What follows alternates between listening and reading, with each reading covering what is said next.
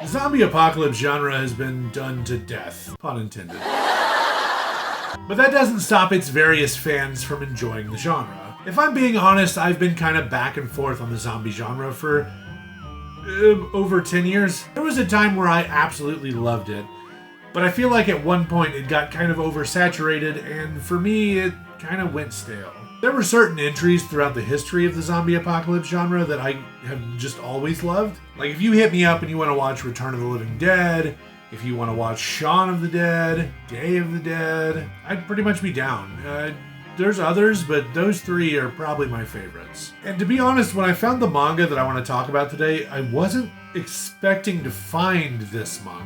See, I had been sent a video on TikTok that was talking about a bunch of cat-related manga.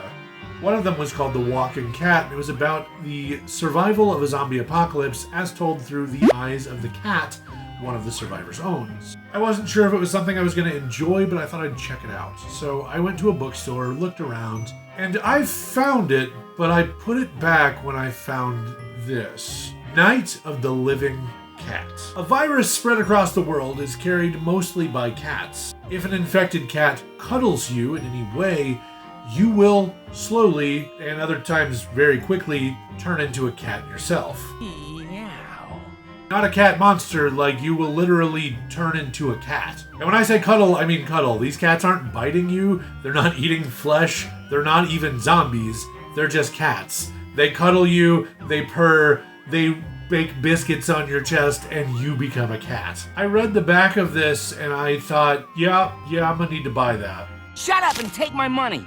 Night of the Living Cat is written by Hawkman and illustrated by Mecha-Roots. I don't know if those are just translations, but those are the coolest pseudonyms ever. Now, if you don't recognize either of those names, that's okay. This is the only work I could find by the two of them. That said, the weirdness of it immediately caught my attention, and I bought it, so I'm sure if they do more stuff, I'll probably buy that too. One of the best elements is that all of this is played fairly seriously. Like, in no way is it not an absolute parody of the zombie apocalypse genre, but at the same time, it's not played like an overdone parody. There is some tongue-in-cheek humor, but there's never any winking at the audience type humor.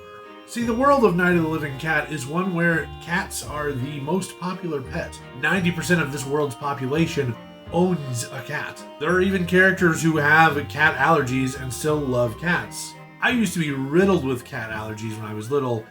I'm so happy that I'm mostly over those because I own cats and I love them and they don't bother my allergies, so that's great. I should actually preface this by saying that, I would lose to this apocalypse immediately. I love cats. This is Shrody. She's my very destructive 5-year-old indoor-outdoor cat. I also have her mom in my house who is 12. She doesn't go outside. So the idea of a book that involves a cat-based apocalypse, it caught my attention off the bat.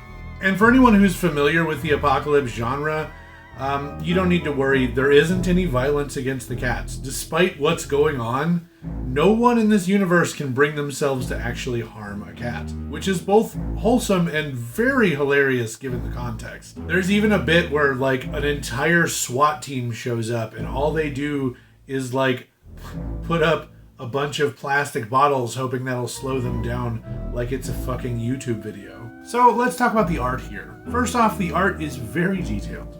Not only do the characters look like something out of a seinen manga, but the cats look so good. Plenty of people talk about how detailed the characters and the cats are, but I think not enough people are talking about the detailed backgrounds. Backgrounds aren't always a huge part of this manga, but when they are just peak, man. Some of my favorite shots are this ominous desert shot that has this billboard. It reminds me a lot of art books that I've seen full of apocalypse art. Another good one is the cityscape just covered in cats. But my favorite has to be the multiple, and I mean multiple, kitty stampedes. Kitty stampede is a word you don't get to use nearly often enough. And that's not even mentioning the use of dramatic shadows, and the fact that the whole thing is drawn so seriously. There's no lighthearted chibi faces. There's no moments where it zooms in and someone's head's huge and their eyes are white now. Everyone always looks grounded in this. And I think that really helps drive home some of the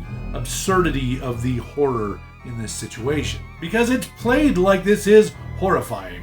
Because, I mean, frankly, it would be. If someone you knew just turned into a cat in front of your eyes, it would probably freak you out a bit. Also, in a world where we're just full of zombie media, I'll take everyone reacting to this one poorly a lot better than I will zombie movies now. Because it's weird that every zombie movie, for the most part, takes place in a universe where zombie movies don't exist. In this universe where people hear that there's a bunch of cats coming and that they're not supposed to touch them, they don't believe it. That sounds stupid. It doesn't help that there's a lot of very confusing, conflicting information. Not everyone knows that they're getting turned into cats. So a good number of the populace is just not really scared until things start hitting the fan. When folks start turning into cats left and right, all of a sudden the panic sets in, which of course makes it worse.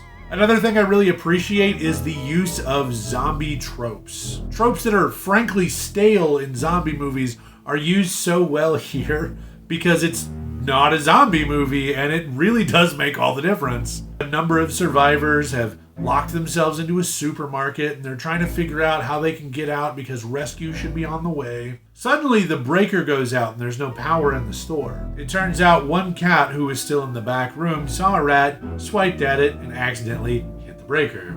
So, of course, classic zombie film, one guy goes to turn the breaker on, finds a zombie, finds the cat. Somebody goes to see what's taking so long. Now there's 2 cats. Now there's 3 cats. So eventually when someone else goes back there, sees cats, panics, shouts, "There's cats." Everyone starts freaking out.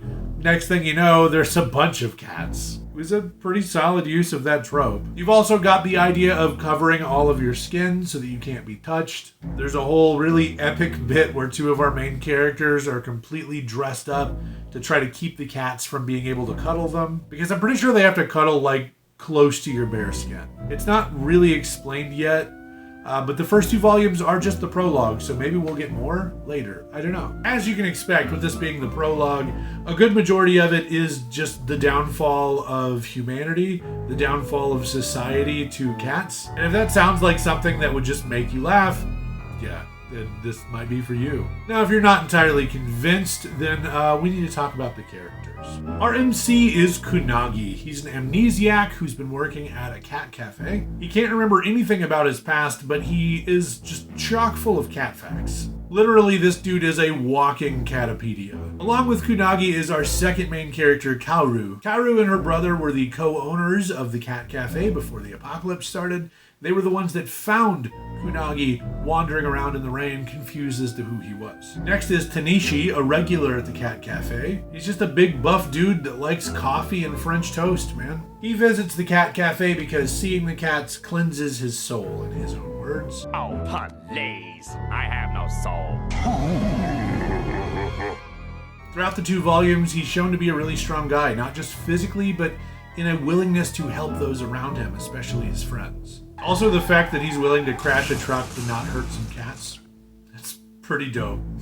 And the final member of our survivor group is Tsutsumi. Tsutsumi always felt that she was cursed because she had an overwhelming allergy to cats despite loving them. I can relate, girl. It sucks. When cats are nearby, she gets a tickle in the back of her nose. Because of that, she kind of has a cat sense, so to speak. Now, most of the characters aren't shown to be super deep yet, but I mean, A, it's 2 volumes, and B, it's a silly comedy. This is just a spoof of zombie films. They're not going to be a whole lot of depth with them immediately. It's not a necessity for something that's this comedic. I'm not saying that I wouldn't mind some depth. I'm just saying that, like, I don't miss it too much. Plus, these are only the first 2 volumes, and it's only the prologue. I'm sure we'll get more depth, at least to our main 2. One of the things I really enjoy is that in between each chapter is like a mini title page. Most of them are just kind of funny, but I love that some of them are clearly referencing something. There's one that kind of looked like something out of High School of the Dead. There's this one that straight up looks like a Godzilla poster. It's just a good time. It knows exactly what it is. It knows who its audience is. It knows that this is just dumb fun. It's just a silly comedy. It is such just a silly parody of zombie genre stuff that I think it is a phenomenal Halloween read. But seriously, if you like cats, if you like silly cat-based comedy, or if you want to watch something that clearly has love for the zombie genre, but isn't just another piece of zombie media, then I really think you should check out Night of the Living Cat. It's a really fun read, and I think you'll enjoy it. So I think that about wraps it up. If you want to check these out, I'll have a link down in the doodly-doo. It is not an affiliate link. I don't make anything for it. I just think that these are good books, and maybe you should check them out. So if you liked this video and you want to see more like it, hit like, check out the rest of my channel, leave me a comment if you want to see more manga reviews, and until next time, see you guys.